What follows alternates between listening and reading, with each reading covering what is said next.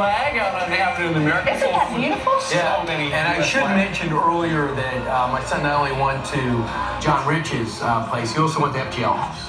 And who wrote that song? Yes. Well, that's good. Over in Nashville, which is great. All right. Meanwhile, look who's joining us she's come out from Descended Colorado. from the mountaintop, yes. Michelle Malkin, the author of Open Borders, Inc., Who's Funding America's Destruction. It's a great book. It comes out tomorrow. Michelle, good to have you.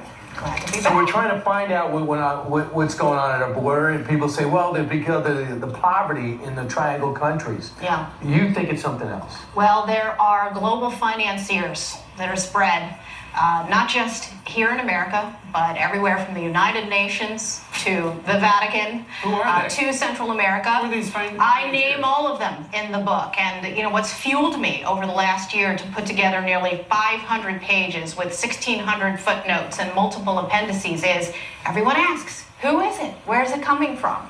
And the first half of the book talks about all of the foreign enemies that are colluding to undermine American sovereignty.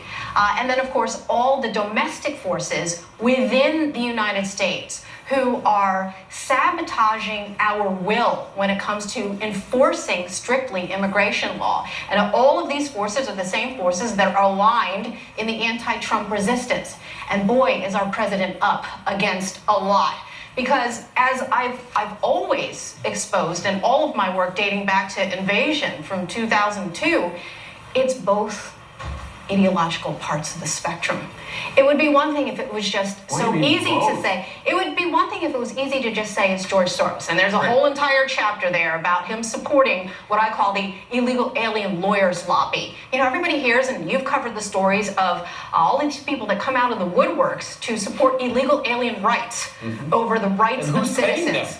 Well, it's not just Soros. The problem is that in so many cases, these are tax-exempt, non-profit charities. Everybody's talking about Maryland.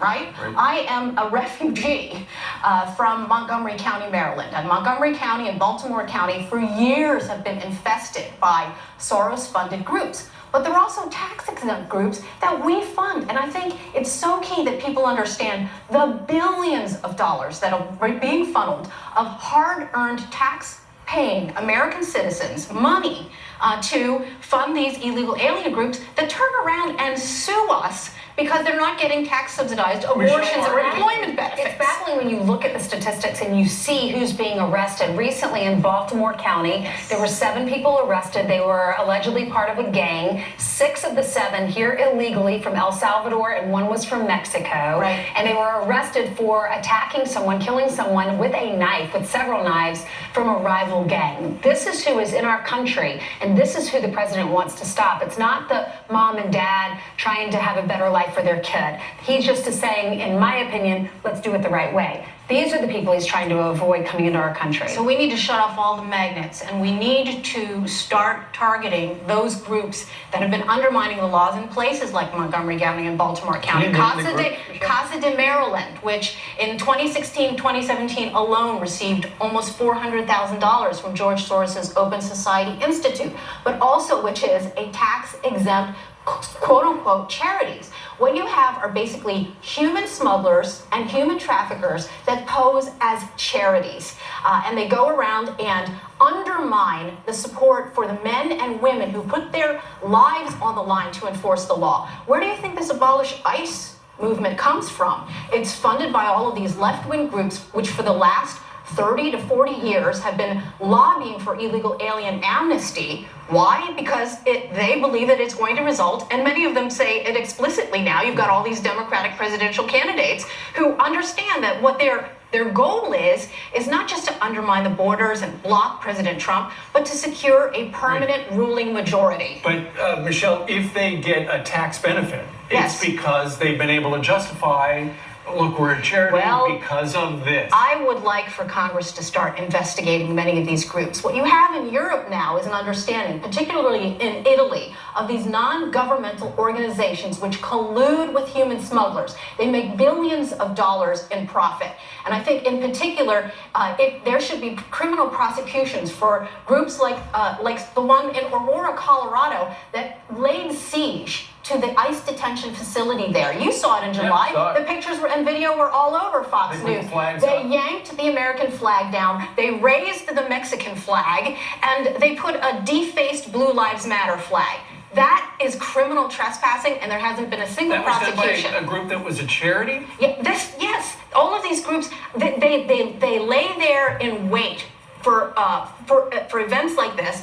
And you know what I did on Labor Day? I had a Stand with ICE rally, and 200 patriots from Colorado came out on their day off to do something that nobody else had done, which is to show public support for our men and women. They're being doxxed.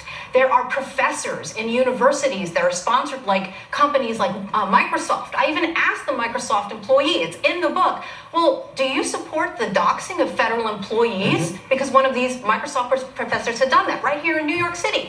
And they didn't even bother to come up with an answer. They said, well, we can't get back to you on that. We have to hold these companies as accountable as we do as left-wing groups. So the president started getting on top of that. There's 55,000, which is still ridiculous. They came through apprehensions. We don't know who we missed, as opposed to 144,000. The president said, the heck with Congress. I'm going to do everything on my own. Yes, and he's had to unilaterally, and he has, of course, plenary powers to do so, so he should do so. Another thing that I think is very important, though, is not just the southern border. It's comprehensive. And what we had last Friday was hysteria from the New York Times bashing our president because he's rethinking the entire refugee resettlement racket. This is part of the UN agenda. And under Obama, those numbers exploded to close to 100,000 people that we were bringing in with very little vetting. And today I'm breaking a story on 60 refugee jihadis that we've let in that came here to stab, plot, and bomb Americans under the guise of compassion. And only somebody like President Trump has had the courage to say, you know what, we need to freeze that. That's the proposal on the table this week. And again, who's paying for this? Right. Guess what? You and me. Read all about it. Book comes out tomorrow. You can pre-order it today. It's called Open Borders, Inc. Michelle Malkin, thank you very much. Thank you. Congratulations, Michelle. All right, Michelle.